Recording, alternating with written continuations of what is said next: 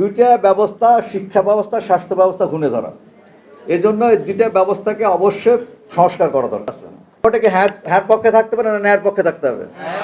কারা কারা হ্যাঁ পক্ষে হাত তোলেন দেখি। আমরা সবাই হ্যাঁ পক্ষে। বোনেরা কিন্তু অনেক কষ্ট করে ডিউটি পালন করেন, ভাইরাও করেন, কিন্তু বোনদের তো আসলে আরো অনেক দায়িত্ব আছে, তাই না? ওই জন্য তো আমির জামাত বলেছেন যে কর্মজীবী মায়েদের ডিউটি 3 ঘন্টা কমানো হবে। এতে কে কে খুশি? অনেকে খুশি না মনে হচ্ছে?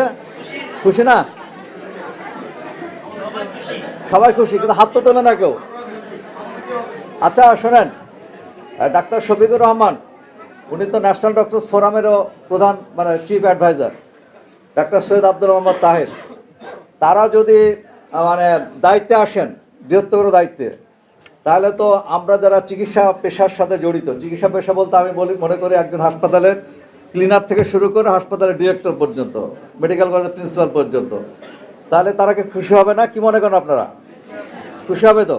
কারণ আমরা আপন পেশার একজন অ্যাডভাইজার, তাদেরকে আমরা দায়িত্বে দেখতে চাই, এবং তারা আসলে আমাদের নার্সিং পেশার যে সমস্ত সমস্যার কথা বলা হলো, এটা সমাধান হবে ইনশাল্লাহ। কি মনে হয় আপনাদের?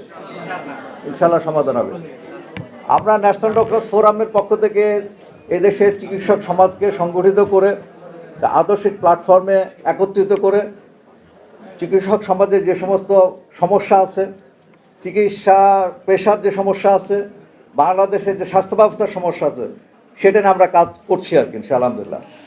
তারপরে দেখা গেল আমাদের বিশাল একটা সংখ্যক ভাই বোন আছে নার্সিং পেশায়, তারা আমাদের সাথে যোগাযোগ শুরু করলো যে আমাদেরও তো কিছু করা দরকার, আপনারা করছেন, তা আপনারাও আমাদেরকে আমাদের মতো একটু দলভুক্ত করে আমরা একটা প্ল্যাটফর্ম আসতে চাই।